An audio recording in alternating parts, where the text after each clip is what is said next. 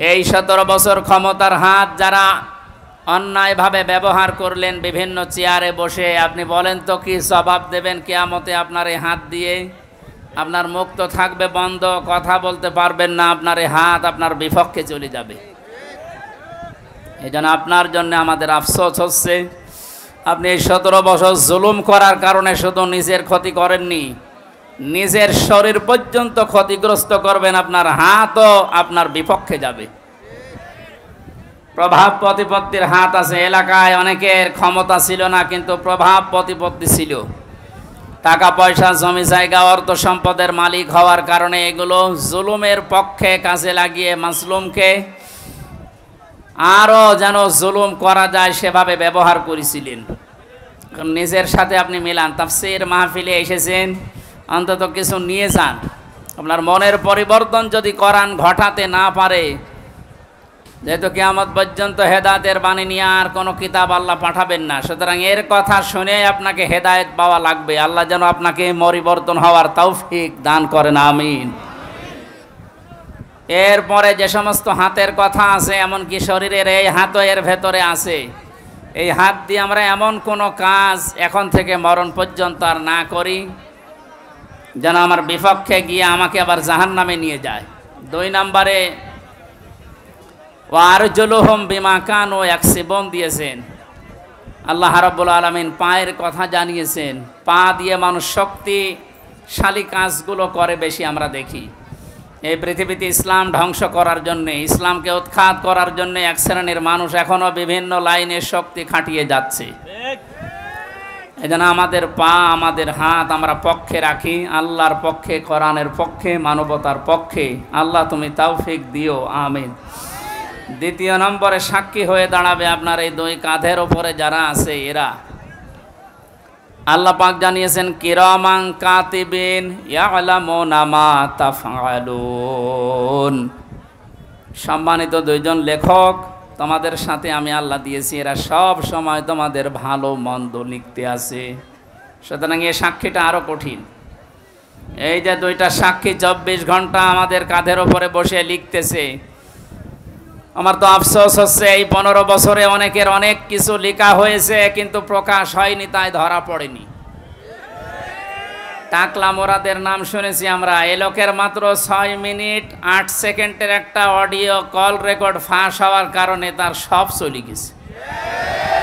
এরকম বহু call record ফাঁস হওয়ার অপেক্ষায় এখন সামনে আছে।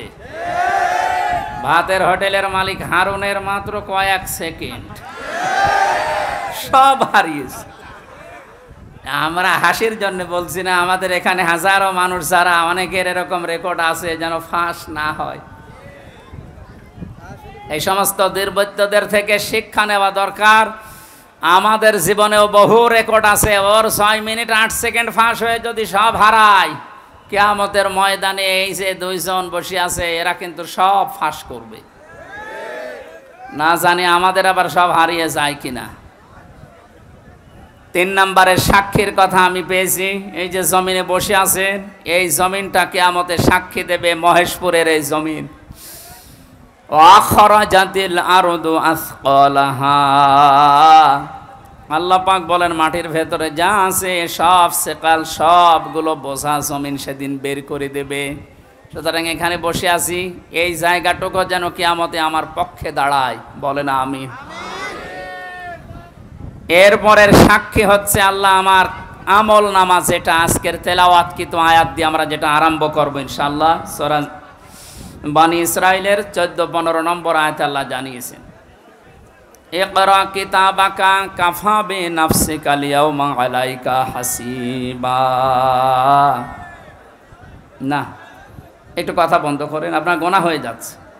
মনে করছেন আমার কষ্ট হচ্ছে, আমার গোনা হবে না, আপনার গোনা হচ্ছে। ভাই, কোরআনের আলোচনা আরম্ভ হলে আল্লাহর ঘোষণা হচ্ছে চুপ থাকা লাগবে, শোনা লাগবে। পরিবেশ এখন এরা কি করবে, আর জায়গা নেই। এই জন্য যেখানে দাঁড়িয়ে আছেন, বসে আছেন, শুয়ে আছেন, থাকেন, তো কথা শোনেন। আবার বলছি চুপ করেন, কথা বলা যাবে না ভাই। মোবাইলে রেকর্ড হচ্ছে, ওটা কালকে আপনি ইন্টারনেট থেকে নামিয়ে নেবেন, দেখতে পারবেন।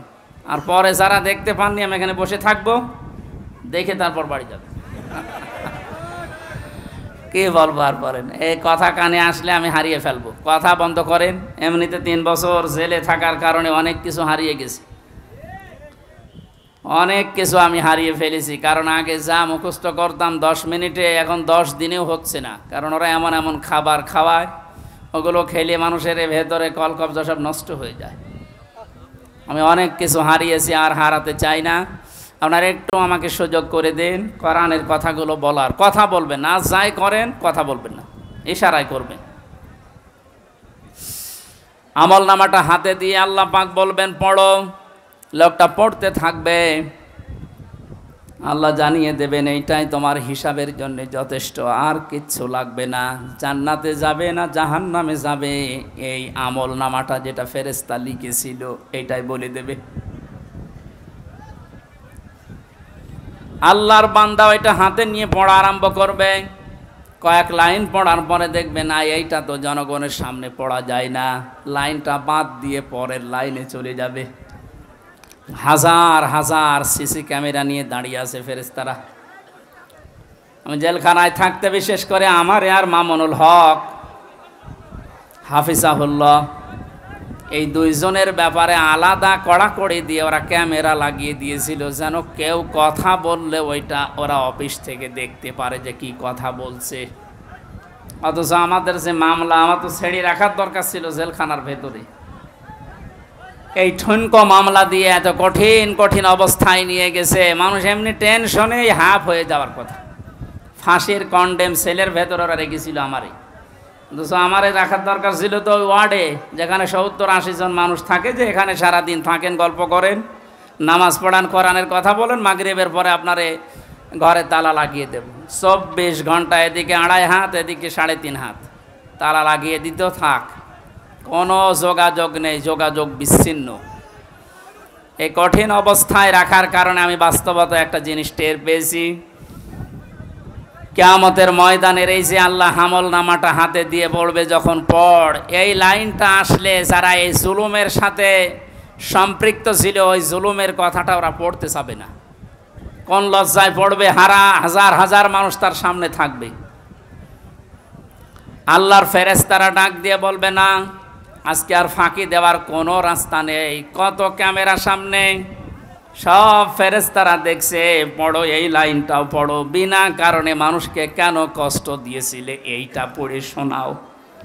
যারা কষ্ট দিলেন এই 17 বছর, হাজার হাজার লক্ষ লক্ষ মানুষকে, আপনার বিবেকের কাছে বলেন তো, আপনি কি পড়তে পারবেন কিয়ামতে ওই লাইন? পারবেন না। এই জন্য তওবা করার সময় যেহেতু এখনো শেষ হয়নি, পশ্চিম দিকে এখনো সূর্য ওঠেনি, আপনি এখনো তওবা করতে পারেন যদি আল্লাহ কবুল করেন।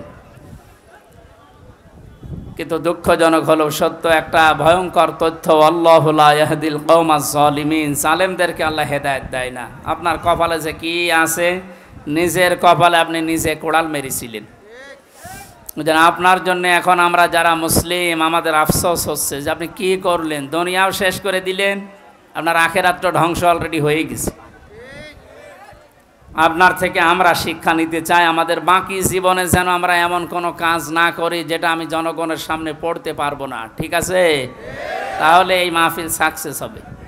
তাছাড়া আমি একেবারে হাব্বা জাব্বা দিয়ে স্টেজ সব ভেঙে ফেললাম, কোনো কাজ আছে? বাংলাদেশে ইসলাম কায়েম হয়ে গেল মনে করেন, কিন্তু আমার নাজাত হইল না, লাভ আছে? বলেন না কেন? ইসলাম কায়েম হোক না হোক, আমার চেষ্টা করা লাগবে এই জমিনে। কারণ এই যে ইসলাম, এটা আল্লাহর তৈরি করা, আল্লাহর পাঠানো। আমি ইসলামের মালিক না, আমি ইসলামের খাদেম। আমি ইসলামের কি? এই জমিনটা, এই যে মনে হয় 2-3 বিঘা জমিন এখানে পড়ে আছে, এই জমিনের মালিক হচ্ছে ইনি, সভাপতি সাহেব, মুন্সি সাহেব। আমাদের মতো 8-10 জন কামলা, জন, মনীষ, পাট, লেবার যাই বলেন, উনি ভাড়া করিস যে আপনারা সকাল থেকে বিকাল 5টা পর্যন্ত এই জায়গায় ধান লাগান, এই জমিনে বিকাল 5টায় আপনাদের বেতন দিয়ে দেব। বিকাল 5টা বাজতে আর মাত্র 10 মিনিট বাকি আছে। কয় মিনিট? 8-10 জন মস্তান এসেছে মোটরসাইকেল নিয়ে, বড় বড় ছড়ি নিয়ে, সোনার ছেলেরা এখন যেটা ব্যবহার করতো, যেটা এখন পাওয়া যাচ্ছে, এইটা এখন নিয়ে এসে বলছে এ ধান আমরা লাগাতে দেব না, ধান লাগিয়েছেন যা, আরো তুলে ফেলবো। আমরা যারা আছি কামলা হিসাবে যারা কাজ করছি একেবারে ছেড়ে দিলে হবে? তাহলে বেতন পাওয়া যাবে? ওদেরকে বলবো, ভাই এ জমিনের মালিকও আমরা না, এ ধানের মালিকও আমরা না, আমরা কামলা, আমরা হচ্ছে জন লেবার যাই বলেন, আমরা খাদেম, কাজ করছি, বিকাল 5টায় বেতন দিয়ে দেবে। এখনো 10 মিনিট বাকি আছে। আপনারা ধান যদি তুলে ফেলতে চান, এ ফসল নষ্ট করতে চান, 10 মিনিট পরে তোলেন। অবশ্য ঠিক এইরকম কামলা নেওয়া যায় না? ঠিকই বলিস, কারণ জমি তো আমার না, এ ধানও আমার না, তুলে ফেলেন আমার অসুবিধা নেই, কিন্তু 10 মিনিট পরে আমার বেতনটা আগে বিকাল 5টায় নিয়ে নি। বিকাল 5টা বাজার আগে কিন্তু এ ধান আমি তুলতে দেব না, যারা 10 জন কামলা আছি। যদি তুলতে চাই এরপরও মস্তানরা কটা কাটাকাটি হবে না? মারামারি, রক্তপাত, যদি মেরে ফেলা লাগে, কারণ আমার টার্গেট কি? বেতন। টার্গেট কি?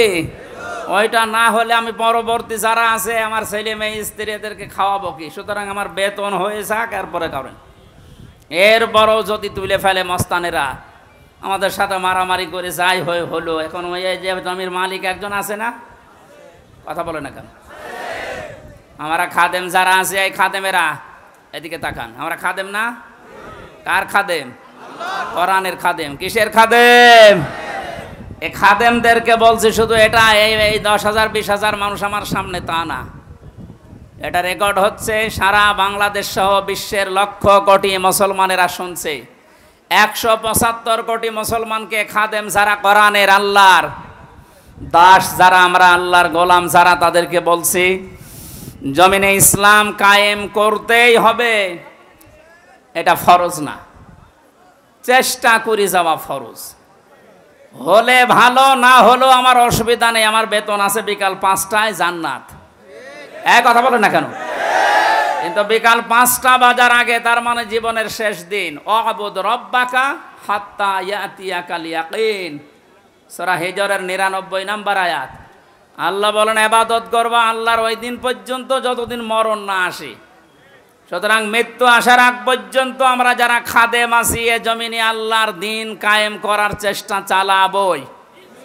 বাধা যদি কেউ দিতে আসে, তর্কাতর্কি হবে, এতদিন সেটা হয়েছে, হাতাহাতি হবে, এতদিন যেটা হয়েছে, রক্তপাত হবে, এতদিন যেটা হয়েছে, ফাইনাল এখন শুরু হবে, মেরে ফেলা লাগলে মেরে ফেলবো।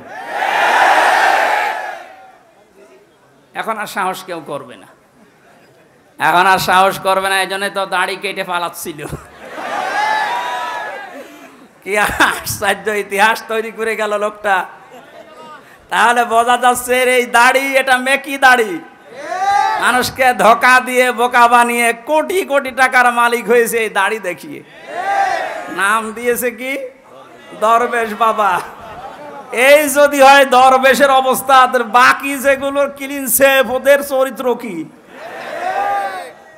আমির হোসেন আমন, আমি একটা লোকের ভিডিও দেখলাম, এর চরিত্র এত নিচে নেমেছে, আমি এতদিন জানতাম না। সে নাউযুবিল্লাহি মিন যালিক। এদের সর্বোচ্চ নেতার যদি এই অবস্থা হয়, বাকিগুলো যে কোথায় যে টাল হয়ে পড়িয়াস, আল্লাহ ছাড়া আর কেউ জানে না। কয়েকজনের একটু ফাঁস হয় বলে আমরা জানি, ওদের প্রত্যেকের চরিত্র এরকম। বহু মানুষের সাথে মিশে দেখেছি এইটা। একবার চট্টগ্রাম থেকে আসার সময় এক বাসের ড্রাইভার, পেছনে বসেছিলাম, বলছিল এই কথা যে কি বলবো, কিছু বলতেও পারি না, সইতেও পারি না। মাঝে মাঝে যখন বাস চালিয়ে যায়, মনে করি ওই রকম কিছু পেলে চাপা আগে ওইটা দেব। কত রাগ একটা মানুষের তৈরি হলে এ কাজ করতে পারে বলেন তো? যদিও হত্যার পক্ষে আমি না, কিন্তু ঝিনাইদহ শহরে একজনের লাশ দেখলাম টাঙিয়ে জুতা দিয়ে পিটাচ্ছে। একটা মানুষকে কত ঘৃণা করলে এ লাশ টাঙিয়ে, তাও উলঙ্গ করে টাঙিয়ে রেখেছে। এরপরও আপনার লজ্জা হয় না? এরপরও সাপোর্ট করেন জালেমদের। আপনার তো বিবেক মরে গেছে। এতক্ষণ মাওলানা হোসাইন আহমেদ অনেক কথা বলেছে, সর্বশেষ কথা ছিল আয়না ঘর নিয়ে। এই কথা শুনলে অনেকে মনে করছে আয়না ঘর মানে চারিদিকে আয়না দেওয়া। কোনো আয়না নেই, কোনো আয়না নেই। আমি তো রিমান্ডে 10 দিন ছিলাম, কোনো আয়না নেই। যে অবস্থা তৈরি করেছেন আপনি, এর সাথে জড়িত যারা প্রধান থেকে শুরু করে নিম্ন পর্যন্ত, একটাকেও ক্ষমা করার মতো না। কারণ এরা ক্ষমার অযোগ্য হয়ে গেছে। ক্ষমা পাওয়ার জন্য যে যোগ্যতা দরকার এদের ভেতরে সেটা নেই। তারা বলছেন এদেরকে ক্ষমা করে দিলে হয় না। না, কিসের ক্ষমা? আপনি ব্যারিস্টার আরমান, যিনি তার স্ত্রী 8-9 বছর পর্যন্ত অপেক্ষায় ছিল, উনি, আমি আশা ছেড়ে দিয়েছিলাম যে আমার পরিবারস্থ লোক মনে হয় আমি আর দেখতে পারবো না, কিন্তু আমার পরিবারের লোক আমার আশা ছাড়েনি। আপনি এই দৃশ্যটা একটু সামনে নিয়ে নিজের সাথে মিলান তো। আপনার জীবনেও কোনোদিন জালেমদের ক্ষমা করতে মনে চাইবে? কখনো চাইবে না। মানে বাস্তবতা টের পাচ্ছেন না। তাই 5 দিন 7 দিন 10 দিনে আপনার অবস্থা এরকম হয়ে গেছে। 8 বছর 10 বছর 12 বছর 14 বছর একজনকে মাটির নিচে এক ঘরের ভেতরে পচা খাবার দিয়ে আটকিয়ে রেখেছেন। আপনার বিবেক বলে কিছু আছে? আপনি জানোয়ার চাইতো খারাপ। মনে করলাম তাফসীর করব কি করে? দৃশ্যগুলো সব এখন চোখের সামনে ভাসতেছে। কোরআনে কারিমে আল্লাহ পাক জানিয়েছেন, মায়াশফা শাফাআতান হাসানাতান ইয়াকুল্লাহু নাসীবুম মিনহা ওয়া মায়াশফা শাফাআতান সাইয়্যাতান ইয়াকুল্লাহু কিফলুম মিনহা ওয়া কানা আল্লাহু আলা কুল্লি শাইইন মুকিতা। এই পৃথিবীতে কোনো মানুষ যদি ভালো কাজের, সৎ কাজের, কল্যাণমূলক কোনো কাজের সুপারিশ করে, সহযোগিতা করে, রায় দেয়, ভোট দেয়, সাপোর্ট করে, সমর্থন জানায়, ওই লোকটা ভালো কাজ করে যে সওয়াব পাবে, আপনি ওই ভালো কাজে শুধু রায় দেওয়ার কারণে, সাপোর্ট দেওয়ার কারণে একই সওয়াব পেয়ে যাবেন। সুতরাং এই সুযোগ কিন্তু সামনে আসতেছে। ভালো কাজ করা যায় যে সমস্ত মানুষের দ্বারা, আপনি যদি ওই জায়গায় যেতে না পারেন, যারা ভালো কাজ করবে এদেরকে আপনি অন্তত সাপোর্ট দিয়ে, সহযোগিতা করে, রায় দিয়ে হলেও এগিয়ে যাবেন। লোকটা ভালো ভালো কাজ করে যত সওয়াব কিয়ামতে নিয়ে উঠবে, আপনি শুধু রায় দেওয়ার কারণে কিয়ামতে ওই সওয়াব নিয়ে উঠতে পারবেন? পরবর্তী শব্দ দেখেন, ওমাই ইয়াশফা শাফাআতান সাইয়্যাতান ইয়াকুল্লাহু কিফলুম মিনহা। কোনো মানুষ যদি অন্যায় কোনো কাজ করে আর ওই কাজে যদি কেউ সাপোর্ট দেয়, রায় দেয়, ভোট দেয়, সমর্থন জানায়, খুশি হয়, ওই লোকটা অন্যায় করার কারণে যা পেয়েছে আপনি শুধু খুশি হওয়ার কারণেই তাই পাবেন। এত জুলুম নির্যাতন দেখার পরও যদি কোনো মানুষ জালেমের পক্ষে রায় দেয়, ওই জালেম কিয়ামতে যেভাবে উঠবে আপনাকে আল্লাহ ওইভাবেই তুলবে। যেন আপনাকে আমি বাঁচাতে চাই, আপনি তো অত বড় জালেম না, এই জন্য আপনাকে আমি বাঁচাতে চাই। কোনো জালেমের পক্ষে থাকবেন না। নবীজি বলেন, তোমার ভাই জালেম হোক আর মজলুম হোক, তাকে সাহায্য করো। সাহাবী বলেন, হে নবী, আমার ভাই যদি মজলুম হয় তাকে তো সাহায্য করা যায়, কিন্তু জালেম হলে তাকে সাহায্য করব কিভাবে? নবীজি বললেন, তোমার ভাই যদি জালেম হয় তাকে তোমার দায়িত্ব এই জুলুম থেকে ফিরিয়ে রাখা, এইটাই তাকে সাহায্য। সুতরাং জীবন দিয়ে যে মানুষগুলো জালেমের কবল থেকে আমাদেরকে মুক্তভাবে এই দেশে বিচরণ করার সুযোগ দিয়ে গেল, এই মানুষগুলো কিয়ামতের দিন যেন শহীদ এই শব্দ নিয়ে উঠতে পারে, বলেন আমিন। ময়দানে মাহশারে আমলনামাটা, কিতাবটা যখন আপনার হাতে আল্লাহ তুলে দেবে, বলবে তুমি নিজেই যথেষ্ট, জান্নাতে যাবে না জাহান্নামে যাবে। আমি আমার ইমান থেকে কথা বলছি, কারো দিকে না তাকিয়ে এবার নিজের দিকে আয়াতের সাথে মিলিয়ে বলেন তো, এখনই যদি মারা যান আর এই বইটা যদি আপনার সামনে তুলে ধরে বলে, বল হামজা তুই এইটা পড়ে যা, জান্নাতে যাবি না জাহান্নামে যাবি? কাবা শরীফ যখন তাওয়াফ করে মানুষ, আমি 16 সালে গিয়েছিলাম, গত বছরও গিয়েছি, বাস্তবতায় যেটা দেখলাম, ষষ্ঠ চক্করে ষষ্ঠ চক্করে মানুষ একটা দোয়া পড়ে আল্লাহর কাছে, আল্লাহুম্মা ইন্না আলাইয়া হুকুকান ফীমা বাইনি ওয়া বাইনিকা। কাবার সামনে নিয়ে বলে, রব্বুল আলামিন তুমি আমার মালিক, আমি তোমার গোলাম, তোমার ভেতরে আমার ভেতরে বহু দেনা পাওনা আছে। আমি বান্দা হিসাবে, দাস হিসাবে, গোলাম হিসাবে যা যা পাবো তুমি সেই বীর্য থেকে শুরু করে হামজা বানিয়ে সব দিয়ে দিয়েছো।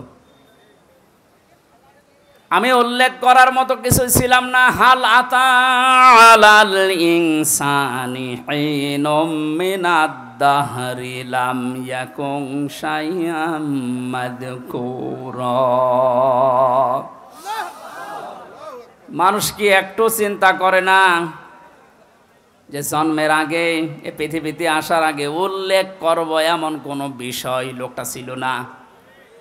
আজকে সভাপতির নামের নিচে দেখলাম লেখা বিশিষ্ট ব্যবসায়ী আলহাজ নুরুজ্জামান মুন্সি, কত সুন্দর নাম দিয়ে পেছনে ডিগ্রি লাগিয়ে দিয়েছে, উনি এই কাজ করি খায়। বয়স যদি এখন 60 বছর হয়, 61 বছর আগে এই নাম গন্ধ পৃথিবীর মানুষ জানতো? বলেন বলেন। শুধু এতটুকুই না, বাবার বীর্য যখন মায়ের রেহেমের ভেতরে দ্রুত গতিতে পাস হয়, আল্লাহ পাক বলেন ওই দিকেও একটু তাকাও। ফালিয়ানজুরিল ইনসানু মিম্মা খুলিক, খুলিকা মিম্মা ইন দাফিকি ইয়াখরুজু মিন বাইনিস সুলবি ওয়াত তারাইব। মানুষকে নজর করে দেখে না কি জিনিস দিয়ে তাকে বানালাম। বাবার স্ফলিঙ্গ দিয়ে দ্রুত গতিতে বের হয়ে যাওয়ায় না পাক পানিটা মায়ের রেহেমের ভেতরে জমা হয়। এই যে সলবন এবং তারাইব দিয়েছেন আল্লাহ। সলবন বলা হয় বাবার লজ্জাস্থান, তারাইব বলা হয় মায়ের লজ্জাস্থানকে। এই দুইটা শব্দ আমি তাফসিরের ভেতরে ব্যাখ্যায় পেয়েছি। আল্লাহ বাবার ক্ষেত্রে এক বচন দিয়েছেন, মায়ের ক্ষেত্রে বহু বচন দিয়েছেন। কেন দিলেন? তাফসিরে তাবারি মুফাসসিরে আয়াতের এই সলবনা তারাইবের ব্যাখ্যা করতে গিয়ে লিখেছেন, পৃথিবীতে মানুষকে নিয়ে আসতে বাবার চাইতে মায়ের কমপক্ষে 3 গুণ কষ্ট বেশি হয়। এই যে এখানে যত পুরুষ মানুষ আছি আমরা, সর্বোচ্চ 45 ইউনিট কষ্ট যদি আমাদের শরীরের ভেতরে কেউ এনে দেয়, আমি সঙ্গে সঙ্গে মারা যাব, আর সহ্য করতে পারবো না। বিজ্ঞান জানিয়েছে পৃথিবীতে হামজাকে দুনিয়ায় আনতে তার মায়ের কমপক্ষে 57 ইউনিট কষ্ট সহ্য করা লেগেছে। 45 আসলে আমরা মারা যাব, অথচ উনি সহ্য করেছিলেন 57 ইউনিট।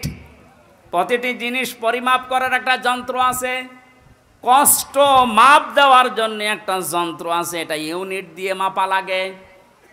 এই যে এই প্যান্ডেলটা যদি আপনাকে আমি মাপ দিতে বলি, দাড়ি পাল্লায় তুলে দেবেন কি দিয়ে? ফিতা লাগবে, গজ লাগবে, টেপ বলেন, এটা দিয়ে মাপতে দিলে আপনি মাপতে পারবেন এটা কয় গজ। পৃথিবীতে প্রতিটি জিনিস মাপার আলাদা আলাদা যন্ত্র আছে না নেই? কষ্ট মাপার জন্যে 45 থেকে 57 আপনি হিসাব করেন। এতগুলো কষ্ট সহ্য করার পরেও শুধু শেষ করেননি। সূরা হাক্কাত 15, 16, 17, 18 এই আয়াতগুলোর তাফসিরে পেয়েছি, হামালাতুহু উম্মুহু কুরহা ওয়া ওয়াদাআতুহু কুরহা ওয়া হামলুহু ওয়া ফিসালুহু 30 শাহরা ইলা আখিরি আয়া। আল্লাহ পাক বলেন তোর মা তোকে কষ্টের পরে কষ্ট সহ্য করে পেটে বহন করেছে। শুধু এতটুকুই শেষ করেনি, ডেলিভারির যে কষ্টটা এটাও সহ্য করেছে। এতটুকুও শেষ করেনি, 2 থেকে 2.5 বছর পর্যন্ত বুকের দুধ খাওয়িয়েছে। কোনো মানুষ যদি এই পৃথিবীতে বলে মায়ের কষ্ট ঋণ আমি শোধ করে দেব, বিশ্বনবী জানিয়েছেন জন্মের পরে যে 1 ফোঁটা দুধ তোমার মুখে মা দিয়েছিল, ওই ঋণটাও কিয়ামত পর্যন্ত শোধ হবে না। মায়ের এই কষ্টের কথা শোনার পরে যে মানুষগুলোর ভেতরে আবেগ আপ্লুত হয়ে মায়ের কথা মনে হচ্ছে যে এই কষ্ট সহ্য করেছে আমার মা, অবশ্যই তাদের উচিত হবে আল্লাহর ইবাদতের পরে মা বাবার দিকে খেয়াল করা, তাদের খেদমত করা। কোরআনে কারীম জানিয়েছে ওয়াকাদা রাব্বুকা আল্লা তা'বুদু ইল্লা ইয়্যাহু ওয়া বিল ওয়ালিদাইনি ইহসানা। এই এদিকে তাকান। আল্লাহ আদেশ দিচ্ছেন, আমি রায় দিয়ে দিলাম। রায় দিচ্ছেন কে? আমি রায় দিয়ে দিলাম, লিখে দিলাম। এই যে কযা মানে ফয়সালা করে দেওয়া, রায় দেওয়া, লিখে দেওয়া, সিদ্ধান্ত জানানো। আমি আল্লাহ সিদ্ধান্ত নিয়েই ফেলেছি, রায় দিয়ে দিয়েছি যে আমার ইবাদতের পরে আর কারো ইবাদত করা যাবে না, আর মা বাবার খেদমত করা লাগবে, তাদের পেছনে খরচ করা লাগবে। মহেশপুরবাসী এখানে একটা শিক্ষা পেয়েছি আমি, আল্লাহর ইবাদত করা, আল্লাহর আইন মানা নফল না ফরজ? আরো জোরে বলেন। মা বাবার আইন মানা, আপনি আলেম, আপনি কথা বলবেন না। যারা জানেন না মুখ খুললেন কেন বলেন তো? আমি এখানে একটা শিক্ষা নিতে চাই, আমি গতানুগতিক কথা বলি না। আপনি দেখেন তো কি এখান থেকে বের হয়। আল্লাহর আইন মানা আমরা দেখলাম ফরজ, প্রশ্ন করা যাবে? বলেন না কেন? আল্লাহর আইন আপনার বুঝে আসুক বা না আসুক, এটাই ফাইনাল, কোনো প্রশ্ন। আল্লাহর আইন মানা কি? সবাই মুখ খোলেন তো কি? মা বাবার আইন মানা ফরজ না। এই যে মাঝখানে ওয়া আছে, মা বাবার আইন মানা ওয়াজিব না, ফরজ না, ওয়াজিব না। মা বাবার খেদমত করা ফরজ, আইন মানা শুধুমাত্র আল্লাহর ফরজ। কার?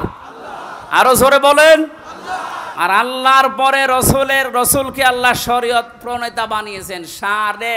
এজন্য উনি যে নিয়ম নীতিগুলো দিয়েছেন ওইগুলো ফরজ। মা বাবার আইন মানা ফরজ নয়, তাদের সেবা করা, খেদমত করা, টাকা পয়সা তাদের পেছনে খরচ করা কি? বলেন না কেন? কেন ফরজ কেন? আল্লাহ রাব্বুল আলামিন দলিল দিচ্ছেন, আখফিদ লাহুমা জানাহা যুল্লি মিনার রাহমা। এদিকে তাকান, এটা আলেম না? এটা শব্দটা আছে আখফিজ, খফজন মানে ডাউন করা, এরপরে ফল করা। খফজন মানে কি? ডাউন করার পরে ফল করে দেওয়ার আরবি নাম আখফিজ বা খফজন। আল্লাহ বলেন খফজন করবে। জানাহান মানে ডানা, জিল্লুন মানে ছায়া হয় বা নম্রতা হয়। তোর যে ছায়া আছে ডানা, আর এই ডানার ছায়াটা এভাবে ডাউন করার পরে ফল করে দিবি।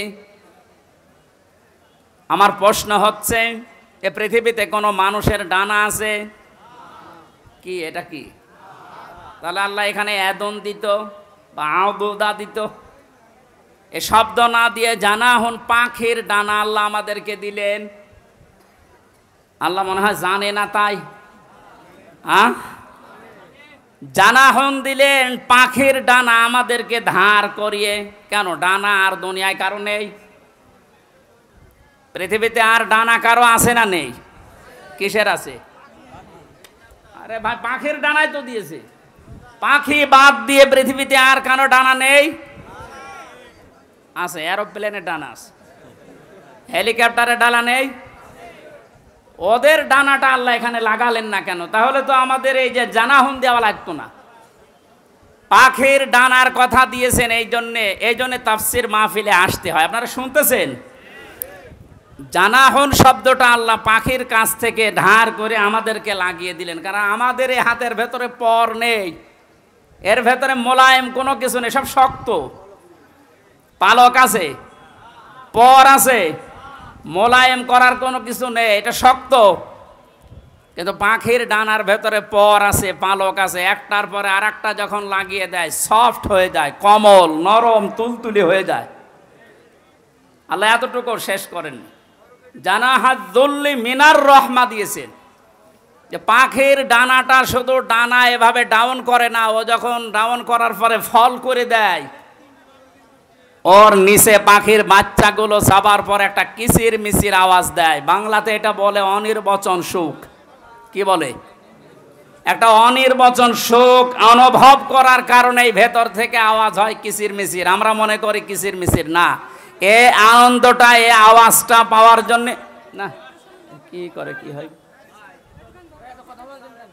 আপনারা সব পিছান তো,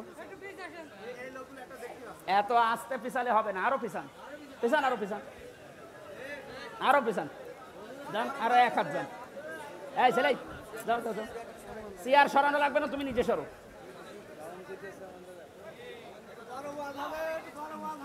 কথা বোঝার কোনো ই নেই। তাফসিরুল কোরআন মাহফিলে আমি আর কি করছি, কথা বোঝার চেষ্টা করেন ভাই। আল্লাহ রাব্বুল আলামিন পাখির ডানাটা এই জন্যই দিয়েছেন মানুষকে বোঝাতে, পৃথিবীর বান্দা বান্দিরা, তোমার মার বাবা যখন শেষ বয়সে চলে যাবে, তারা যেন তোমার এই পাখির ডানার মতো হাতের যে ছায়া, এর নিচে পড়ার পরে যেন একটা আনন্দ অনুভব করে যে আমার হামজা থাকতে অন্তত আমার আর কোনো চিন্তা নেই। মহেশপুরবাসী কত আলেম এখানে বসে আছে, হাজারো মানুষ আমরা, বলেন তো আমাদের মা আর বাবা এখন শেষ বয়সে এসে এইটা বলার মতো স্কোপ পাচ্ছে না? পাচ্ছে না। আল্লাহ রাব্বুল আলামিন মায়ের কথা 3 বার দেওয়ার জন্য তারাই বহু বচন দিলেন, আর বাবার কথা 1 বার দিয়েছেন। আমি যেটা পর্যন্ত এটা নিয়ে এসেছিলাম, নেই থেকে শুরু করে এ পর্যন্ত যিনি নিয়ে আসলেন, কারো সাহায্য যার লাগেনি। মার বাবার এই যে স্ফলিঙ্গ দিয়ে নাপাক পানিটা দিয়ে তাফসিরে পড়েছি, আল্লাহ 8টা জিনিস বানিয়েছিলেন: রক্ত, গোশত, চর্বি আর চামড়া, চুল, রগ, হাড় আর পর্দা।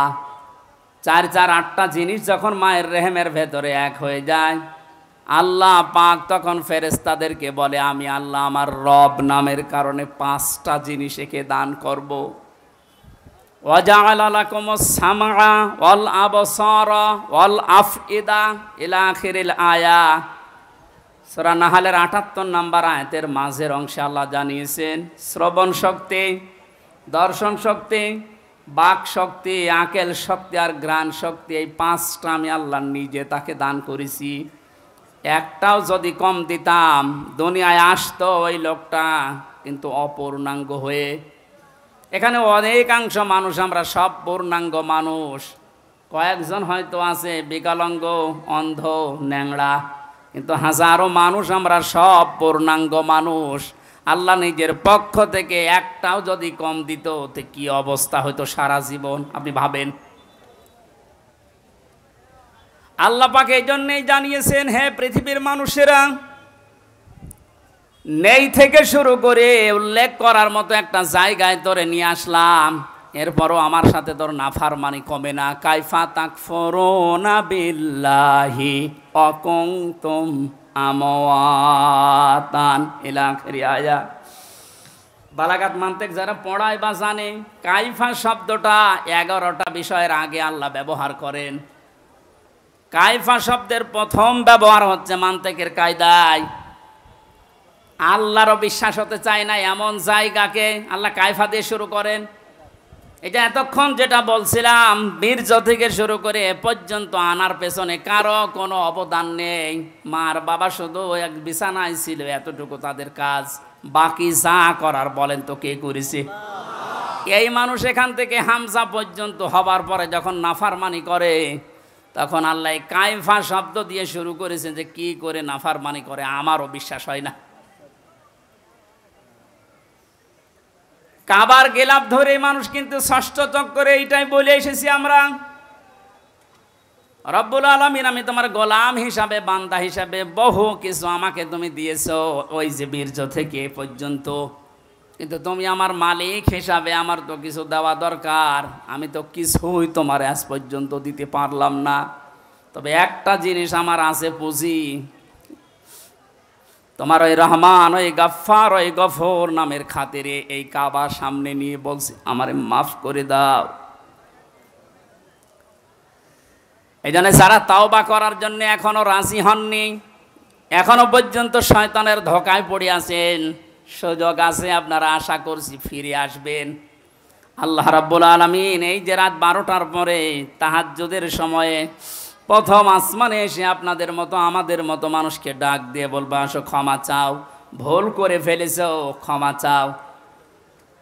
আমরা যেন ক্ষমা চেয়ে নিজের জীবনটাকে মুহাম্মদুর রাসূলুল্লাহর উম্মতে পরিণত করতে পারি, বলেন আমিন।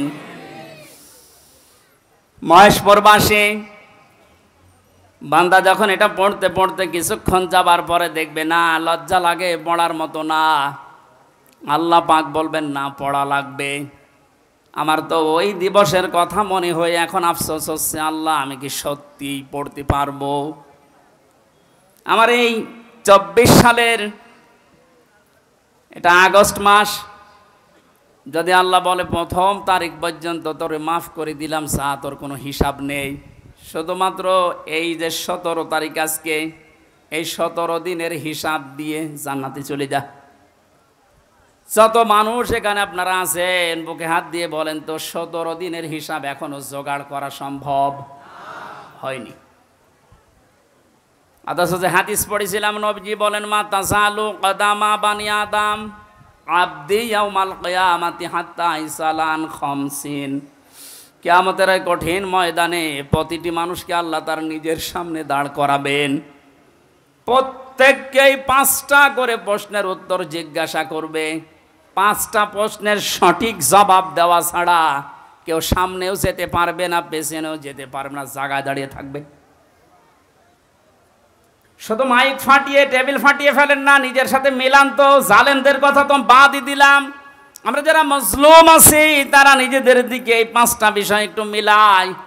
গোসামিল দিয়ে উত্তর দিলে হবে না, নকল করে গোপালগঞ্জের মতো পাশ করে চাকরি পেলে হচ্ছে না। আমরা A+ পাওয়ার পরও আমাদেরকে দেয় না, আর ওরা 2.5 পেয়ে চাকরি পেয়ে যাচ্ছে। কত দুর্নীতি হয়েছে আপনি এবার টের পাচ্ছেন। বাস্তবতায় মিলিয়েছেন আপনি একবারও যে এই লোকটা নিজে আল্লাহর সামনে দাঁড়িয়ে আছে? আপনি নিজে মনে করেন দাঁড়িয়ে যখন আছে, আল্লাহ জিজ্ঞাসা করছেন আওনান ওমরিহি ফিমা আফনা, হামজা বলো তো দেখি, একটা জীবন দিয়েছিলাম 60 বছরের, এই 60 বছরে কি করলে, জবাব সঠিকটা দাও। 2 নম্বরের বিষয় আল্লাহ দিয়েছেন যুবকদের বিষয়, এবং সাবাবিহি ফিমা আবলা, একটা যৌবনকাল দিয়েছিলাম 15 থেকে শুরু করে 45 বছরে, যে বিশাল একটা যৌবনকাল, এটা কোন কোন কাজে লাগিয়েছে বলো। আর যেহেতু যুবকদের কারণে দেশটা স্বাধীন হয়ে গেল, এই যুবকগুলো নাই পার পেয়ে যাচ্ছে। আমরা যারা যুবক আছি এ স্বাধীন দেশে এখনো পর্যন্ত পরিবর্তন হচ্ছে না, কি জবাব দেব বলেন? আমার কিন্তু 60 বছরের ভেতরে যৌবনকালটা ছিল। আল্লাহ আলাদা করে যৌবনকালের কথা নবীজি বললেন কেন? এই কারণে জানিয়েছে, কারণ যুবকদের দ্বারাই সব কিছু পরিবর্ধন করা সম্ভব, যেটা আমরা দেখতে পেলাম। এই যুবকদেরকে আমি আজকে এই মাহফিলে আহ্বান জানাই, শুধু এইটাই না, যেহেতু পরিবর্তন হওয়া আরম্ভ হয়েছে, সংস্কার হওয়া শুরু হয়ে গেছে, আগামীর বাংলাদেশকে ইসলামের হাতে তুলে দিয়ে আপনারা ক্ষান্ত হবেন। যুবকরা যদি ইচ্ছা করে এটা করা সম্ভব কিনা বলেন তো?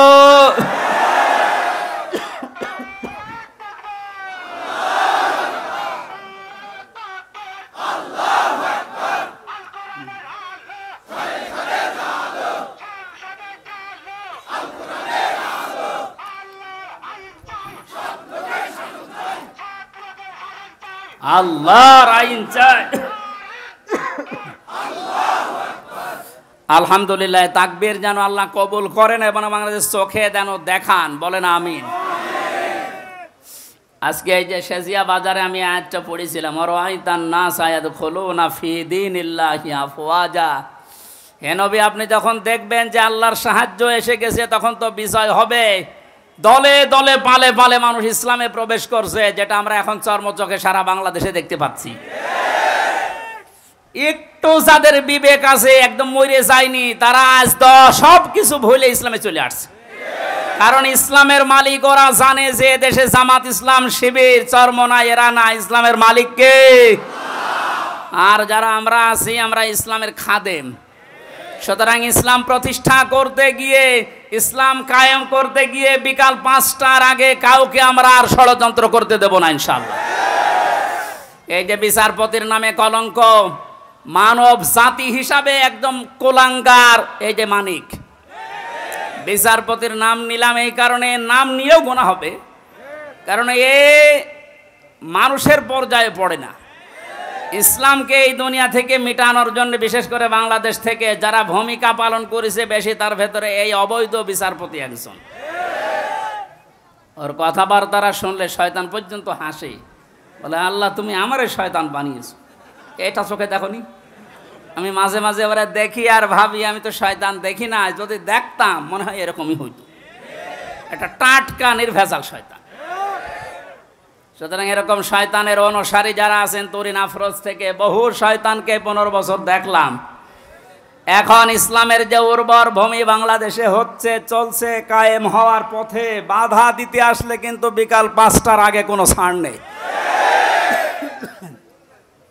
এটা তো গেল কামলাদের। আর যিনি জমির মালিকে যে বসে আছে, উনি যদি এসে দেখে সব ধান নষ্ট করে ফেলেছে, এরপরে উনি কিছু বলছে না, তাহলে মানে ওনার কোনো শক্তি নেই।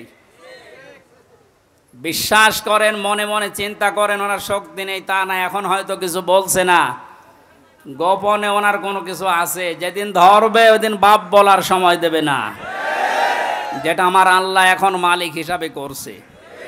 ইন্না বাদশা রব্বিকা লাশাদীদ, তোমার রবের ধরা বড় শক্ত ধরা। নৌকায় উঠে পালাতে গিয়েও পারে না। পারবে কি করে? কারণ ওরে তো আমরা ধরি নাই, ধরেছে কে? এদের কারণে হাজারে অবৈধ আইন মন্ত্রীর কারণে হাজার হাজার মানুষ আইনের এই জায়গায়, ন্যায় বিচারের জায়গায় অবিচার পেয়েছে বেশি।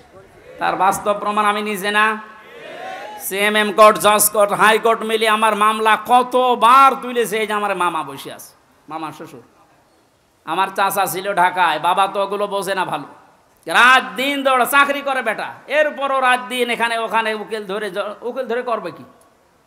কারণ যারেই ধরবে, যত বড় উকিল ধরুক, আর এক উকিল তো বসে আছে ওখান থেকে, যতক্ষণ সিগন্যাল না পাবে আমার নাকি বের হওয়ার কোনো একটা বিচার হলো। আর প্রতিদিন টিভির সামনে এসে শুনতাম যে নাকি লেকচার দিচ্ছে যে আমরা ন্যায় বিচার কায়েম করে ছেড়ে দিস। এই ন্যায় বিচার। আমার মতো মূল্য চুরির মামলায় যদি 33-32 বার হাইকোর্টে মামলা ওইটা জামিন না দেয়, কিসের ন্যায় বিচার? যেটা এখন সব পরিষ্কার হয়ে গেছে। 15 বছরে কোনো ন্যায় বিচার দেশে কায়েম হয়নি, পুরাটা হয়েছে অবিচার। আল্লাহ যেটা নিজে এখন ধরিস। এই জন্য সাবধান। আল্লাহ এমনি কিছু বলছে না, অনেকে মনে করছে এত কিছু করে কিছু হয় না। এখন কিছু টের পাচ্ছেন? আলেমদের মাথায় দড়ি দিয়ে ছাগলের মতো, গরুর মতো যখন টেনে নিয়ে যেত ওই কোর্টে, বারান্দায় দাঁড়িয়ে অনেক শয়তান দেখতাম হাসতেছে আর টিপ্পনি কাটতেছে। যে দেশে আর হুজুর নেই, আমির হামজা, মাওলানা মামুনুল হক, এরে ধরলো, আর হুজুর নেই দেশে। তাদের কত সুন্দর সুন্দর কথা, ফেরেস্তার মতো কথা বলে, আর এরা উঠলে শুধু রাজনীতি করে। ধরেছে, ঠিকই হয়েছে। এখন আপনি টের পাচ্ছেন কি হচ্ছে? 10 দিন আগে যে লোকটা আইন পোড়া চালাতো, সেই লোকটার পক্ষে একটা উকিল পর্যন্ত এখন দাঁড়াতে রাজি না। আল্লাহর ধরা। এটা কার ধরা? এই জন্য জমিনের মালিক যিনি, উনি যদি ধরে, বাপ বলার কিন্তু সময় পাবেন না। আমরা এখন এই আয়াতটা আল্লাহকে বলছি, আল্লাহ তুমি আমাদেরকে দেখাও যে দলে দলে মানুষ ইসলামে প্রবেশ করছে, এটা যেন আমরা দেখতে পাই, চর্ম চোখে দেখতেছি, এটা যেন আরো বৃদ্ধি বাড়ে। জোরে বলেন আমিন।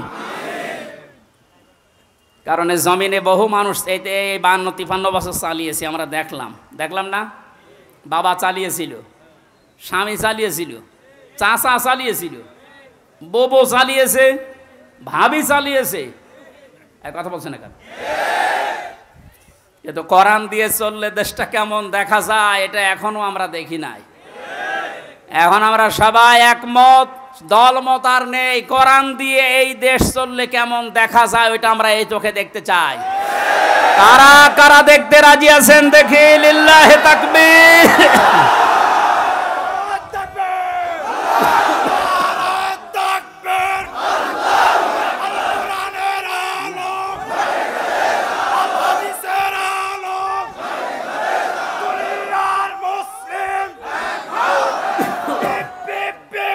আলহামদুলিল্লাহ। এই জন্য কোরআনের খাদেম আমরা যারা এখানে বসে আছি, আমাদের কোনো টেনশন নেই। কায়েম হলেও এদেশে ভালো, না হলেও আমার কোনো লস নেই। আমার বেতন আছে বিকাল 5টায়, তার নাম জান্নাত, ওটা আল্লাহ আমাকে দেবেই। কারণ বিকাল 5টা পর্যন্ত জমিটা একটু দেখে শুনে রাখতে পারলে উনি যেমন বেতন দেবে, আল্লাহ আমাদেরকে জমিনে কাজ করার জন্য বেতন দিতে পারে না? ওই বেতন পাওয়ার আশায় আছে। কিয়ামতের ভয়াবহতার কথা আজকের তেলাওয়াতকৃত আয়াতগুলোতে ছিল। যেহেতু আমরা বলেছিলাম 1 ঘন্টা, এই জন্য খুব তাড়াতাড়ি করছি, সামারাইজ করছি। আল্লাহ রাব্বুল আলামিন সূরা হাক্কাত 52টা আয়াত দিয়েছেন। কিয়ামতের যে ভয়াবহ দৃশ্য, এগুলো আল্লাহ তুলে ধরেছেন প্রথম থেকে। পুরাটা তাফসীর করতে গেলে অনেক সময় লাগবে। সামনে আরও 2টা মাহফিলে এলাকায় আছে, আমরা ওখানে ধারাবাহিকভাবে বলবো ইনশাল্লাহ। আজকে খুব কম সময় নিচ্ছি। হাক্কাতের 19 থেকে শুরু করে যতটুকু পারা যায়। আল্লাহ রাব্বুল আলামিন বলেন, ফাআম্মা মান উতিয়া কিতাবাহু বিয়ামিনিহি ফায়াকুলু হাউমুকরাউ কিতাবিয়া। কিছু তথ্য আছে নতুন, আলেমরা যারা, জ্ঞানী মানুষ যারা, ভালো করে শুনবেন। আল্লাহ পাক বলেন, কিয়ামতের কঠিন ময়দানে যেদিন বিচার শুরু হবে, ফাকাইফা তাত্তাকুনা ইন কাফারতুম ইয়াওমা ইয়াজালুল ওয়িলদানা শিবা। এত কঠিন ভয়ঙ্কর জালজালা অবস্থা তৈরি করব, যুবক মানুষ বুড়ো হয়ে যাবে। ও বাংলার মুসলমানেরা, 8টা বছর যে লোকটা আয়না ঘরে ছিল, আজকে দেখতে পেলাম। এই যে ব্যারিস্টার আরমান, যুবক বয়সের যে ছবি, 8 বছরে তার অবস্থান কোথায় গিয়ে দাঁড়িয়েছে আপনি তাকান। তা তো 8টা বছর জুলুমের স্টিম রোলার চলার কারণে তার অবস্থা এখন এই। অথচ আল্লাহ জানিয়েছেন কিয়ামতে এমন ভয়াবহ অবস্থা তৈরি করব, দৃশ্য দেখেই মানুষ সঙ্গে সঙ্গে, যুবক মানুষ বুড়ো হয়ে যাবে। ওনার বুড়ো হতে সময় লেগেছে 8 বছর, কিয়ামতে আমার বুড়ো হতে সময় লাগবে কয়দিন? মুহূর্তের ভেতরে চোখের পলক পড়তে বুড়ো হয়ে যাবে মানুষ, যুবক মানুষ। কি অবস্থা হবে এবার ভাবেন। ইয়াউমা ইয়াফিরুল মারু মিন আখি, প্রথমেই পালাবে মানুষ দেখলেই তার আপন ভাই থেকে। ওয়া উম্মিহি ওয়া আবি, তার মায়ের কাছ থেকে, বাবার কাছ থেকে। ওয়া ফাসিলাতিহি আল্লাতী তুবি, আল্লাহ পাক বলেন তার জ্ঞাতি গোষ্ঠী, তাকে যারা আশ্রয় দিত, এই মানুষগুলো পালাতে থাকবে। ও দুনিয়ার মানুষেরা, পৃথিবীতে আমরা বিপদে পড়লে, হামলা মামলার শিকার হলে আগে ভাই আগিয়ে আসে, বাবা আসে, বংশের লোক আসে, জ্ঞাতি গোষ্ঠী যে দল করি ওই দলের লোক আসে। আল্লাহ পয়েন্ট আকারে ওগুলো আগে দিয়েছেন যে এইগুলো আগে পালাবে। একটা বারের জন্য আপনার বিবেকে নাড়া দেয় না যে এইগুলো যদি পালায়? যারা ধোকা দিয়ে অনেককে 15 বছর বোকা বানিয়ে রেখেছিল, পীরের নামে হাজার হাজার লক্ষ লক্ষ ভণ্ড বেরিয়ে, যে কোনো চিন্তা নেই আমরা আছি, ওরা আগে পালাবে। আমরা বিবেককে একটু রায় দেয় না যে মা যদি পালায়, বাবা যদি বলে না আমি বিয়ে করিনি, সন্তান পাবো কোথায়? আমার তো এই আয়াত পড়ার পর বিশ্বাস হয়, লক্ষ কোটি পীরেরা বলবে আল্লাহ দুনিয়া আমি পীরই ছিলাম, মুরিদ পাবো কোথায়? এই জন্য কোনো ভণ্ডের উপরে আশা আকাঙ্ক্ষা ভরসা না করে নিজের কাজের দিকে ভরসা করেন। আল্লাহ বলেন তোকে পড়তে দেব, পড়, ধরে আমল নামাটা পড়। ফায়াকুলু হাউ মুকরাউ কিতাবিয়া ইন্নী জানানতু আন্নী মুলাকিন হিসাবিয়া। কিতাবটা হাতে নিয়ে পড়তে আরম্ভ করবে আর বলবে অবশ্যই আমি এটা বিশ্বাস করে চলতাম যে আমাকে একদিন আল্লাহর দরবারে এভাবে হিসাব দেওয়া লাগবে। শুধু এই আয়াতটাই মানুষের জীবন পরিবর্তন করে দিতে পারে। কষ্ট হচ্ছে আপনাদের? আয়াতটার তাফসিরে আমি তাবারিতে পড়েছি, খলিফাতুল মুসলিমিন হযরত ওমর রাদিয়াল্লাহু তাআলা আনহু তার সন্তানটাকে একবার ভর্তি করলেন মাদ্রাসায়। হোসাইন রাদিয়াল্লাহু তাআলা আনহু ওই সময় প্রধান বিচারপতি হযরত আলীর সন্তান, তিনিও মাদ্রাসায় পড়তে বলে কলম ফেলে দিচ্ছিলেন, বলে তুলে দাও তুলে দাও তুলে দাও। 3 বার তুলে দেওয়ার পরে প্রধান মন্ত্রীর ছেলে এজন্য একটু রাগ হয়ে গেছে, ডাক দিয়ে বলে কলম ফেলে দিতে বলো, বারবার আমারে তুলতে বলো, আমি কি খাদেম তোমার চাকর? হযরত হোসাইন বলে ফেলেছেন, তুমি শুধু চাকর না, তুমি চাকরের বাচ্চা, খাদেমের বাচ্চা। খাদেম বাড়িতে যে আব্বাকে বলছে, আব্বা আমি আর পড়বো না। কেন? আমাকে গালি দিয়েছে, ছোট করেছে আমার বন্ধুদের মাঝে, তুমি বিচার করো হোসাইনের। আজকে না, জমার দিন বিচার হবে। খুতবা দিচ্ছিলেন হযরত ওমর, ডাক দিয়ে বললেন, হোসাইন এখানে আসো। বলে, হ্যাঁ সামনে আসো। তুমি আমার সন্তানকে গালি দিয়েছ, খাদেমের বাচ্চা, খাদেম বলে অপমান করেছ। হযরতে হোসাইন বললেন, হ্যাঁ আমি বলেছি। তিনি বলেন, কেন বললেন? হযরতে হোসাইন ওখান থেকে দাঁড়িয়ে বলে, খলিফা বুকে হাত দিয়ে বলেন তো, আপনি কি আমার নানার খাদেম ছিলেন না?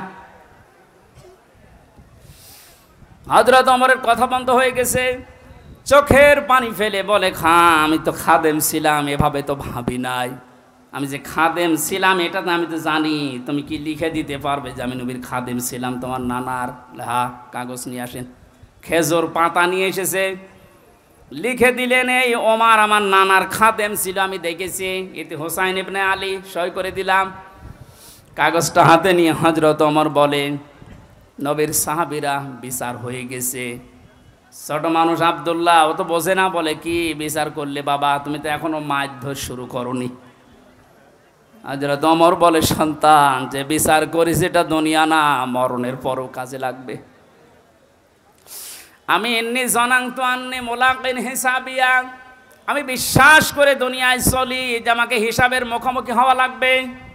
আমি ওমর 26 বছর বয়সে মুসলমান হয়েছি, বাকি এই কয় বছর ইবাদত বন্দেগি চাই করলাম, হিসাব দিতে পারবো কিনা জানি না। মারা যাওয়ার পরে কাগজটা আমার কাফনের ভেতরে দিয়ে দিও। আল্লাহ যখন আমাকে তার সামনে তুলে ডাক দিয়ে বলবে, হিসাব দাও, জীবনে কিছুই যদি কবুল না হয়, এই কাগজটা আল্লাহকে দেখিয়ে বলবো, রব্বুল আলামিন, তুমি আমার জীবনের কিছু যদি পছন্দ না করো, তোমার ভালো না লাগে, কাগজটার দিকে তাকাও, তোমার নবীর নাতি লিখে দিয়েছে আমি নবীর খাদেম ছিলাম, এ ওসিলাই হলেও তুমি আমারে মাফ করে দাও। জবাব দেওয়া, হিসাব দেওয়া কিয়ামতের ময়দান, এটা তাদের কোন পর্যায়ে ছিল? তারা কি বিশ্বাস করতো হিসাবিয়া? আর আমরা কোথায় আছি? আল্লাহ পাক বলেন, হিসাব বড় কঠিন জিনিস। এই জন্য আমার নবী পর্যন্ত প্রতিদিন 100 বার করে দোয়া করতো, আল্লাহুম্মা ইন্না আলাইয়া হিসাবা ইয়াসিরা, হে আল্লাহ তুমি আর চাই করো, আমার হিসাবটা সহজ করে দিও। নবীজি মাঝে মাঝে বলতেন, সাহাবীরা, আল্লাহর দয়া ছাড়া হিসাব দিয়ে কেউ জান্নাতে যেতে পারবে না। সাহাবীরা বলেন, হুজুর আপনি? বিশ্বনবী বলেন, আমারও সম্ভব না আল্লাহর দয়া ছাড়া হিসাব দিয়ে জান্নাতে যাওয়া। বাংলার মুসলমানেরা যারা আগে পেছনের সব অপরাধ আল্লাহ মাফ করে দিয়েছে, এই মানুষটা যদি 100 বার হিসাবের বিষয়ে চিন্তা করে 24 ঘন্টায়, আমাদের কতবার হিসাব আসা দরকার। যে হিসাবটা যত বেশি আসবে, এই দেশ থেকে দুর্নীতি তত বেশি পালাবে। আজ এক একটা মন্ত্রী, এক একটা নেতার ঘরে যত টাকা, যত স্বর্ণ পাওয়া যাচ্ছে, এর একটাই কারণ, এরা কোনো দিন বিশ্বাস করে না যে আর একটা জায়গা আছে যেখানে হিসাব দেওয়া লাগবে। এখন যারা দায়িত্বে আছেন, পরবর্তীতে যারা আসবেন, তারা 100 ভাগ বিশ্বাস করে ওই জায়গাগুলোতে যাবেন যে আমি আর চাই করি, আমাকে কিন্তু হিসাবের মুখোমুখি হওয়া লাগবে। বাংলার দুদক না, বাংলার বিচারপতি না, আমার যে নিয়ালাই সাল্লাহু বিআহকামিল হাকিমিন, সব চাইতে বড় বিচারপতি যিনি, ওনার সামনে আমার হিসাব দেওয়া লাগবে। কথা বলেন ঠিক কিনা? আমি হামজা সহ যত মানুষ এখানে বসে আছি, প্রত্যেককেই যেন এই আয়াতটা নিজের সাথে মিলিয়ে আল্লাহ আমাদের হিসাব যেন সহজ করে দেন, বলেন আমিন। ফাওয়া ফি ঈশাতির রাদিয়া, এই লোকটাকে আল্লাহ সন্তোষজনক জীবন দান করবেন। এদিকে তাকান এবার, যে তথ্যটা বলার জন্য এতক্ষণ পর্যন্ত এদিকে ওদিকে আমি ছড়িয়েছিলাম, এইবার সে পর্যন্ত এসেছি, আলেমদেরকে বলছি, ফাওয়া ফি ঈশাতির রাদিয়া, আল্লাহ পাক বলেন তাকে সন্তোষজনক জীবন দান করব। সন্তোষজনক জীবন কি? ফি জান্নাতিন আলিয়া, সুউচ্চ মাকাম জান্নাত যেটা, ওখানে আল্লাহ তাকে পৌঁছিয়ে দেবেন। কুতুফুহা দানিয়া, যার ফলগুলো হাতের নাগালে এসে নাড়াচাড়া করবে। কুলু অশরাবু হানিয়াম বিমা আসলাফতুম ফিল আইয়ামিল খালিয়া। আল্লাহর পক্ষ থেকে ঘোষণা আসবে, খাও, পান করো, মন মতো খাও। কারণ এই খাবারগুলো তোমাদেরকে জালেমরা দুনিয়ায় খেতে দেয়নি, এরকম আরামে জালেমরা থাকতে দেয়নি। 15 বছর অনেকে এই বাংলাদেশে নিজের স্ত্রীর কাছে রাখতে পারে নাই, নিজের ঘরে মাথা দিয়ে ঘুমাবে পারে নাই। এই কথা বলে না কেন? আম বাগানে, বাঁশ বাগানে, এমনকি ধানের ক্ষেতের ভেতরে মশারি টাঙিয়ে 15 বছর কাটিয়েছে এমন মানুষ ওই দেশে আছে। আল্লাহ পাক যেন তাদেরকে হাত ধরে ধরে বলছে, কুলু ওয়াশরাবু হানিয়া বিমা আসলাফতুম ফিল আইয়ামিল খালিয়া। এতদিন যা খেতে পারোনি, এখন মন মতো খাও। আমার মনে হয় সেই সময় আমাদের সামনে এসে গেছে। আল্লাহ যেন আমাদের আয়াতটা জীবনের সাথে মিলিয়ে দেন, বলেন আমিন। সন্তোষজনক এই জীবনে যাবার আগে যে বিষয়গুলো আল্লাহ সামনে নিয়ে এসেছিলেন, তার 1 নম্বরে ফাআম্মা মান সাকুলাত মাওয়াজিনুহু ফাহুয়া ফি ঈশাতির রাদিয়া। মানুষকে আল্লাহ মাপ দেবেন মিজানের পাল্লায়। কিসের পাল্লায়? জবান খোলেন। মিজান মানে না না, মিজান মানে মানদণ্ড। মিজানের পাল্লায় আল্লাহ মাপ দেবেন মানে মানদণ্ড সামনে নিয়ে আসবেন। হাইকোর্টের সামনে দেখেন একটা দাড়ি পাল্লা দেওয়া আছে, এ দাড়ি পাল্লায় ওজন দেয় কি? ওটা ন্যায় বিচারের মানদণ্ড। সরকারে দেশের মানুষকে বোঝাতে চায় সারা দেশে অবিচার হতে পারে, এই হাইকোর্টে আসলে দাড়ি পাল্লার মতো ন্যায় বিচার পাবা। দুইটাই সমান না, একটাকে একটু এদিক ওদিকে আছে, একেবারে সমান সমান দেখবেন। আজকে এই ভুলটা ভাঙা লাগবে। আমার যতটুকু ধারণা, আমি লেখাপড়া করে যা পেয়েছি, এই ভুলটা যদি বাংলার জমিনে আজ ভেঙে যায়, হাজার হাজার মানুষ সঙ্গে সঙ্গে উল্টিয়ে যাবে। দেখেন তো আপনি মেলাতে পারেন কিনা। আমি প্রথমে যে উদাহরণ দিকে 2টা জিনিসের নাম বলেছিলাম, প্রতিটি জিনিস পরিমাপ করার জন্য আলাদা আলাদা জিনিস পাওয়া যায়। আমি গত 7 দিন 8 দিন ছিলাম মালয়েশিয়া, সিঙ্গাপুর, ওইদিকে থাইল্যান্ডের। ওখানে যে আলোচনার বিষয়গুলো সাবজেক্ট আকারে দিয়েছিল, তার ভেতরে এই মাওয়াজিন ছিল। বলে মাওয়াজিনের অর্থ আপনি বের করেন তো, একটা একটা করে 99টা অর্থ আমি আবিধান থেকে বের করেছি। এক একটা শব্দের ব্যাখ্যা করার জন্য আমার আলাদা আলাদা সময় দিয়েছি। কারণ ওই দেশে অনেক বড় বড় শিক্ষিত মানুষ স্টেজে থাকে, মসজিদের ভেতরে অথবা অডিটোরিয়ামে হয়। এখান থেকে আমি যেটা নিতে পেরেছি, এই যে মাওয়াজিনুহু দিলেন, মিজানের পাল্লার এই মাপটা যদি আপনি পরিষ্কার করতে না পারেন, ক্লিয়ার হতে না পারেন, আপনার অপরাধ প্রবণ জীবন থামবে না। প্রতিটি জিনিস পরিমাপ করার জন্য একটা উদাহরণ দিয়েছিলাম, এটা পরিমাপ করার জন্য ফিতা লাগে। চাউল পরিমাপ করার জন্য বাটখারা লাগে। কি লাগে বলেন বলেন? তেল পরিমাপ করার জন্য লিটার লাগে, সিসি লাগে। কেউ যদি এখন তেল মাপ করার জন্য ফিতা দেয়, মাপতে পারবে? এইটা মাপ করার জন্য দাড়ি পাল্লা দেয়, মাপতে পারবে? তাহলে প্রতিটি জিনিস মাপ করার জন্য আলাদা আলাদা যন্ত্র পাওয়া যায়।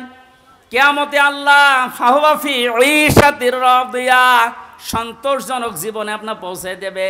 এখানে যাবার আগে একটা কাজ যে করবে, মাপ। কি মাপ? মানে পরিমাপ। এই যে মিজানের পাল্লা বলছেন আপনি, মানদণ্ডে আল্লাহ মাপ দেবেন। আবার বলছি, ভালো করে শুনবেন, গীবত করবেন না কিন্তু বাইরে যে। প্রতিটি জিনিস যদি পরিমাপ করার জন্য আলাদা আলাদা যন্ত্র থাকে, কিয়ামতের দিন আল্লাহ মিজানের পাল্লায় মাপ দেবে কি? আমল। আমল কি মাপ দেবে? বলেন বলেন? আমল মানে কাজ। আমল মানে আরো জোরে বলেন। কাজ মাপার জন্য দাড়ি পাল্লা লাগে, ফিতা লাগে, লিটার লাগে। কি লাগে?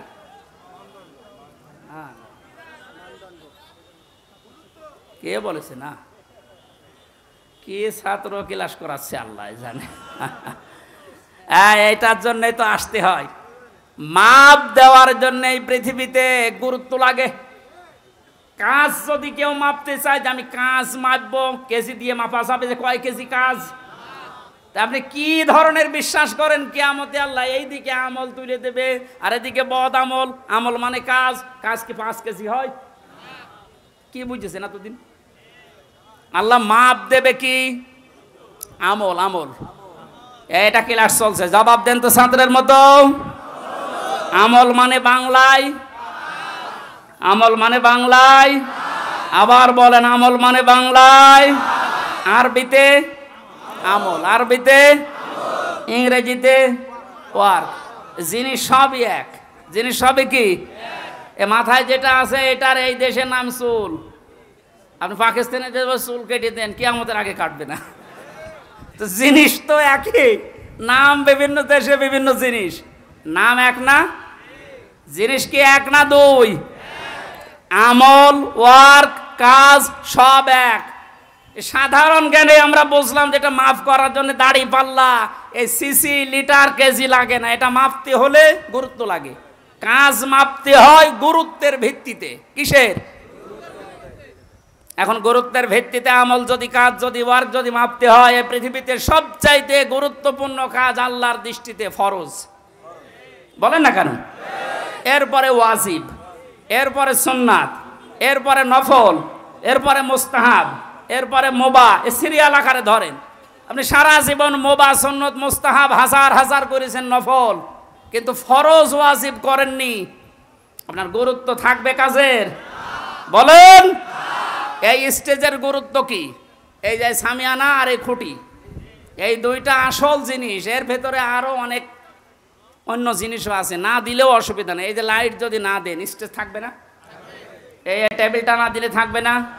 এটা না দিলে বিউটিফাই হবে না। কিন্তু স্টেজ তো মানুষ বলবে যে সামিয়ানা আছে, খুঁটি আছে। আপনার জীবনে ফরজ কাজ 500। কয়টা? আপনি কোরআন পড়েন, 500 শরীয়তের বিধান পাবেন। 499টা আপনি করেছেন, একটা করেননি, আপনার পুরা জীবনের সব আল্লাহ বাতিল করে দেবে। এটা বাতিল যে করিয়ে দেবে, কোথায় পেলেন? বলেন। আমি বেশি সময় নিয়ে ফেলছি, আর 5-7 মিনিট থাকবেন না? এই যে নামাজ, আমরা যারা এশার নামাজ পড়লাম, এশার নামাজের ভেতরে ফরজ ছিল 13টা, 12টা আদায় করেছে কেউ, একটা আদায় করে নাই। ওর নামাজে সওয়াব হবে 5টা। কি? 0, 0, কিচ্ছু হবে না। এটা যেমন সহজে বুঝেছেন, কোরআনে কারিমে আল্লাহ 500 আয়াত শরীয়তের বিধান ফরজ এটা দিয়েছেন। 499টা মেনেছেন, একটা মানেননি, আপনার জীবনে সওয়াব হবে 0, 0, কাজের কোনো গুরুত্ব নেই। কিয়ামতে আল্লাহ যখন মাপবে একেবারে 0 হয়ে যাবে। এই পাল্লাটা ভারী হয়ে যাবে। আমি আশা করি বোঝাতে পেরেছি। এই জন্য জীবনে ফরজ যেন না বাদ যায়। কথা বুঝেছেন? নামাজ পড়া যেমন ফরজ, রোজা রাখা ফরজ, হজ করা ফরজ, সম্পদ থাকলে যাকাত দেওয়া ফরজ, দিন কায়েম করার চেষ্টা করা কি? এইটাকে কেউ যদি রাজনীতি, দুনিয়ার কাজ মনে করে এড়িয়ে যায়, কিয়ামতে ওকে যখন আল্লাহ মাপ দেবে, কাজের গুরুত্বের ভিত্তিতে কিচ্ছু পাওয়া যাচ্ছে না। 12টা ফরজ আদায় করে একটা আদায় না করলে যেমন 0 হয়, কোনো সওয়াব হয় না। আশা করছি কথার অর্থ আপনি বুঝেছেন, এখন না বোঝার ভান করে আছে। আমার মনে হয় আপনাকে ঝড়ে কোদাল দিলেও আর আপনি বসবেন না। যা বোঝার আপনি বুঝেছেন, এখন আপনি আমল করেন। এই পর্যন্ত আমরা যা পড়েছিলাম 25 নম্বর আয়াত সূরা হাক্কাতের। 26 থেকে আলোচনা হবে সামান্তা মাদ্রাসায়। কয় তারিখে জানো এটা? যাদবপুর বাজারে কলেজ ময়দানে, ওখানে 26 আয়াত থেকে শুরু করব। এই প্রচণ্ড গরমে আর মানুষের চাপ আমি শেষ করে দিলাম। বারাকাল্লাহু লানা ওয়া লাকুম ফিল কোরআনিল আযীম। আল্লাহুম্মা আমিন।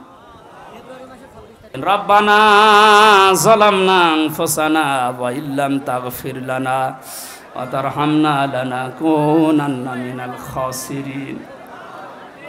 রব্বুল আলামিন, কোরআনের পাখি বিশ্বনন্দিত মুফাসসির আল্লামা শহীদ দেলাওয়ার হোসাইন সাইদি এবং যে যুবকেরা বাংলাদেশ স্বাধীন করার জন্য জীবন দিয়ে গেল, এই মানুষগুলোর জন্য আজকের তাফসির মাহফিলে হাজার হাজার লক্ষ মানুষেরা জড়ো হয়েছে। কোরআন থেকে আমল নামার বিষয়ে যে কথাগুলো বলেছি, তুমি আমল করার তৌফিক আমাদের দাও। কাজ যেন আমরা ইখলাসের সাথে ভালো কাজে আঞ্জাম দিতে পারি, সেই পরিবেশ তৈরি করে দাও। এতদিন পর্যন্ত জালেমের জুলুমের শিকার হয়ে যে মানুষগুলো মজলুম অবস্থায় ছিল, আল্লাহ তুমি তাদেরকে প্রতিদান দিও, তাদেরকে ইখলাসের কারণে, ধৈর্যের কারণে মেহেরবানি করে তুমি দান করো। মাহফিলের আয়োজন করতে গিয়ে তোমার যে যুবক বান্দারা শ্রম দিয়েছে, যারা টাকা পয়সা দিয়েছে, আল্লাহ এদের টাকাগুলো ওসমানের সাথে কবুল করো। রব্বুল আলামিন যারা শহীদ হয়ে কবরে গেলেন, শাহাদাতের সর্বোচ্চ মাকাম দান করো। যারা অসুস্থ হয়ে আল্লাহ তাআলা গুলিবিদ্ধ হয়ে যে মানুষগুলো হাসপাতালের বেডে এখনো পর্যন্ত কাম কাতরাচ্ছে, এদেরকে তুমি শেফায়ে কামেলা আজেলা নসিব করে দাও। এখানে হাজারো মানুষ আমরা আছি, আমাদের মনের কামনা বাসনা একটাই, তোমার কোরআন দিয়ে দেশ চলছে, এটা চললে কেমন দেখা যায় এটা আমরা দেখতে চাই। মা বোনেরা পর্দার আড়ালে বসে আছে, এরাও বহু কষ্ট সহ্য করেছে। আল্লাহ মজলুম মা বোনদেরকে তুমি কবুল করো দ্বীনের জন্যে। তাদের পেটে তুমি হযরতে আয়েশার মতো, হযরতে হুসাইন হাসানের মতো সন্তান দান করো। এলাকায় আসলে তোমার বান্দা মরহুম আব্দুল হান্নান, তোমার আলেম বান্দার কথা মনে পড়ে, মাবুদ তাকে তুমি কবরে মাফ করে দাও।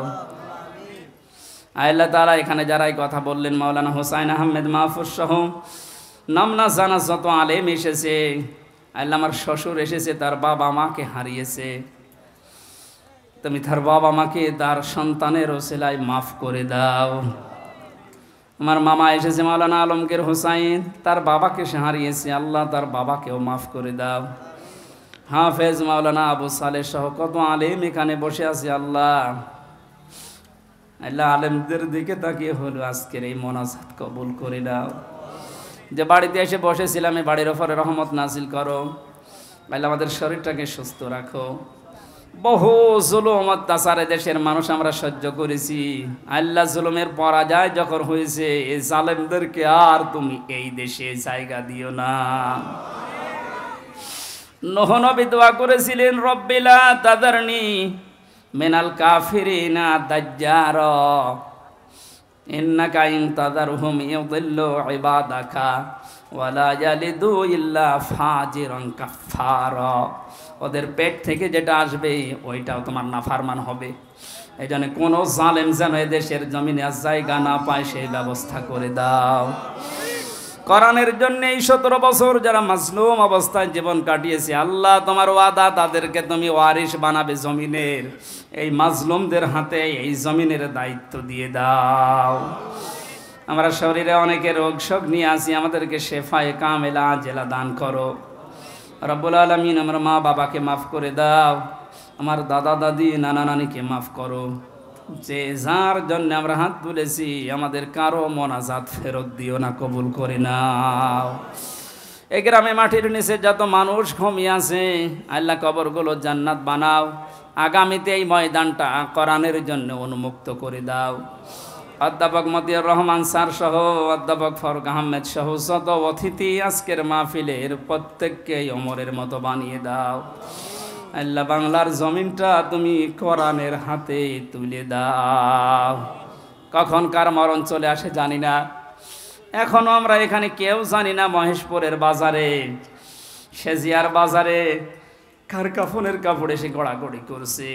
ওই সাদা কাপড় গায়ে ঝড়ানোর আগে তোমার কালেমাটা আমাদের মুখে দিয়ে দিও, লা ইলাহা ইল্লাল্লাহু মুহাম্মাদুর রাসূলুল্লাহ। সালাম।